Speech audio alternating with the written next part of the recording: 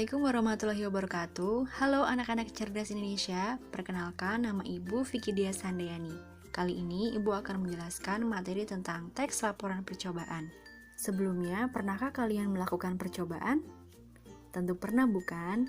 Lalu bagaimana cara membuat laporan hasil percobaan? Baik, di video kali ini kita akan belajar tentang bagaimana cara membuat teks laporan percobaan yang baik dan benar. Terlebih dahulu, Ibu akan menjelaskan pengertian dari teks laporan percobaan. Teks laporan percobaan atau yang biasa dikenal dengan istilah eksperimen adalah susunan teks yang isinya menceritakan atau menyampaikan hal-hal terkait percobaan yang dilakukan oleh penulis atau peneliti.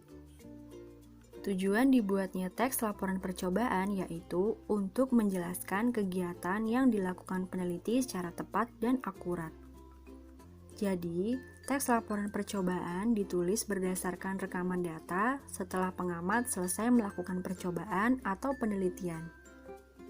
Berikut beberapa ciri-ciri teks laporan percobaan. Yang pertama, disusun berdasarkan hasil percobaan, pengamatan, atau penelitian. Yang kedua, bersifat objektif dan fakta, yaitu sesuai dengan realita atau kejadian yang sebenarnya. Yang ketiga, memiliki struktur isi teks secara runtut dan sistematis.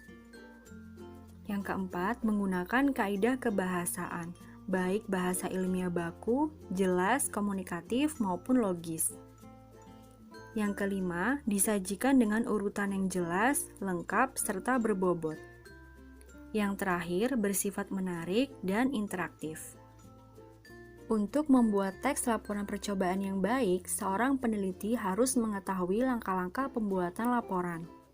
Di dalam langkah-langkah pembuatan laporan terdapat struktur-struktur teks laporan percobaan. Berikut struktur teks laporan percobaan. Yang pertama, tujuan. Yang kedua, alat dan bahan. Yang ketiga, langkah-langkah. Yang keempat, hasil percobaan. Dan yang terakhir, kesimpulan. Tahap tujuan menjelaskan untuk apa teks percobaan atau praktikum tersebut dilakukan. Tahap kedua, alat dan bahan. Tahap ini menampilkan alat-alat dan bahan-bahan yang digunakan oleh peneliti dalam melakukan percobaan. Selanjutnya, langkah-langkah atau prosedur kerja.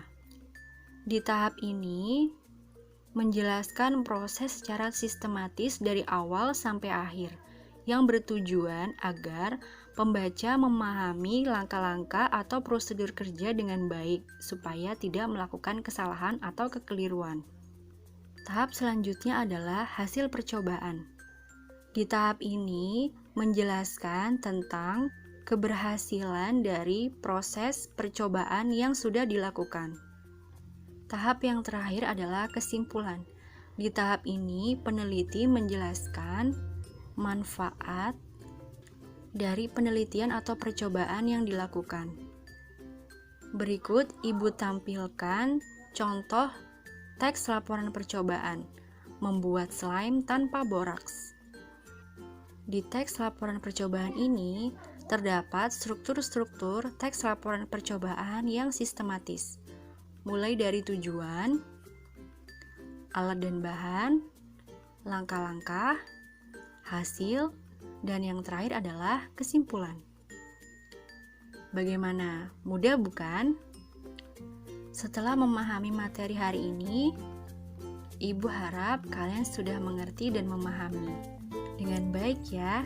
Sampai bertemu di video-video selanjutnya.